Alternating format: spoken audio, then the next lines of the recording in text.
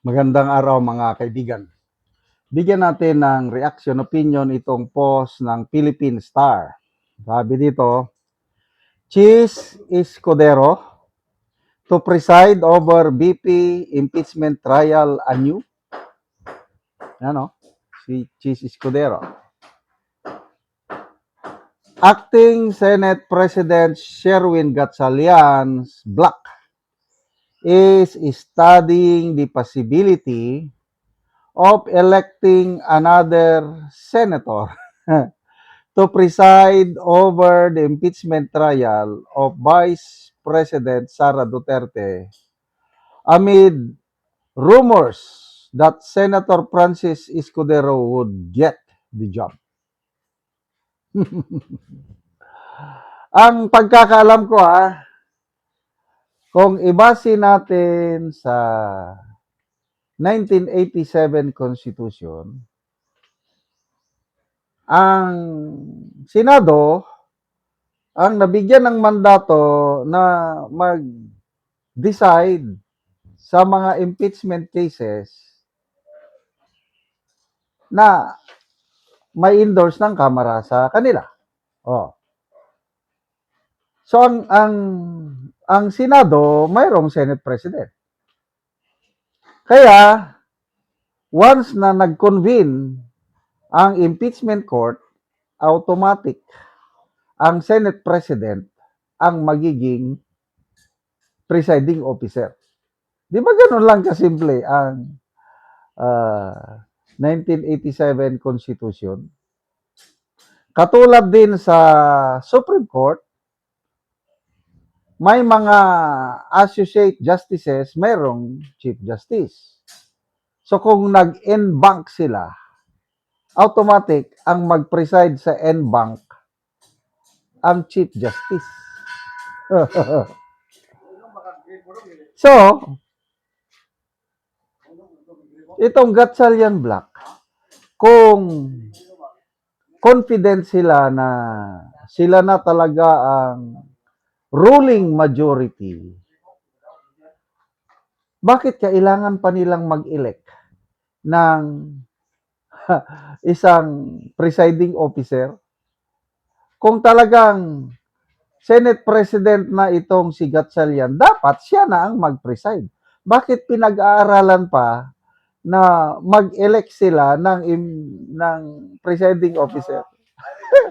Hindi ako lawyer kailang common sense lang yan eh. Ibig sabihin, they are not sure of their legitimacy. Opinion ko lang ito. They are not sure. So, I don't know what will happen. Madidelay. Example ipilit ng Gatchalian block. Hinili nila si Escudero na presiding officer. Ano ang magiging reaksyon ng Cayetano block? Remember, 10 pa silang nandyan. Magkakagulo. Hindi hanggat walang isang senador nakakalas sa Cayetano block at sasama sa Gatchalian block, hindi basta-basta bibigay itong si SP Cayetano. Ipaglalaban niya ang kanyang legitimacy as Senate President and as such, as presiding officer ng impeachment trial. So magkakagulo na naman, madidelay. So what will happen of the impeachment? Gustong-gusto ko sana matuloy na. But then, ito, nangyari yung June 3 na quorum ko 12 lang. Paano naging quorum ang 12? Yan ang mathematics na napakahirap intindihin o arithmetic. So, I don't know, wala na akong ibang maisip na magkakagulo talaga. Okay, sabihin na lang natin, pagbigyan natin sila. Kanila ang impeachment trial presiding officer. Ilagay na natin. Si Escudero. Again, tanong, anong magiging resulta? Sabi natin, wala, nagtuloy na ang presentation, what everything. Makukonvict ba nila si BP Sara? Sa Constitution, baka baguhin na naman nila. Sa Constitution, nakalagay doon, it should be 2/3 of all members ng ano. Baka baguhin na naman nila ang computation. 22. So ano ang 2/3 ng 22? 15 or 14? Baka ibaba nila. Oh, sabihin na lang natin 14 or 15. Eh 12 lang sila. Ipagpalagay na natin yung 12 na member ng Gatchalian Black. Boboto lahat ng conviction. Will it be enough to convict the Vice President? Ay, nako. Kaya, impossible dream. Ito, gusto ng powers that be na makonvict si BP Sara para maalis sa landas nila kasi takot na takot itong powers that be na maging presidente si BP Sara. Ganon lang yun kasimple. Kaya pagdasal na lang po natin ang mangyayari sa Senado. Kung sino talaga mag-preside sa impeachment trial. To me, it should be Senator Alan Peter Cayetano kasi siya ang nabutuhan ng 13 senators.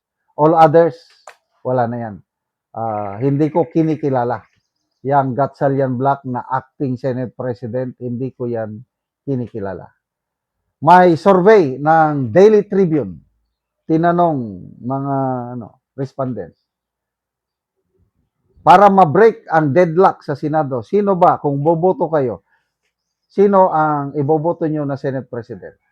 Ang resulta, 65% ang nagsabi, Alan Peter Cayetano ang iboboto nila.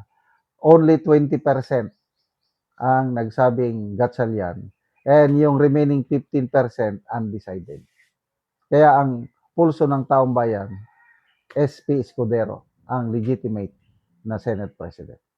Salamat mga kaibigan sa inyong pagsubaybay sa channel na ito. Nakakatulong kayo ng malaki sa tribong Talanding ng Bukidnon dahil ang sweldo natin sa channel na ito is pantulong po sa tribo. Namimigay tayo ng libreng yero at pako para makapagpatayo sila ng mas maayos na tirahan. Panoorin nyo ang video na ito. Taga-Anugsin. Magbabaya ay akin.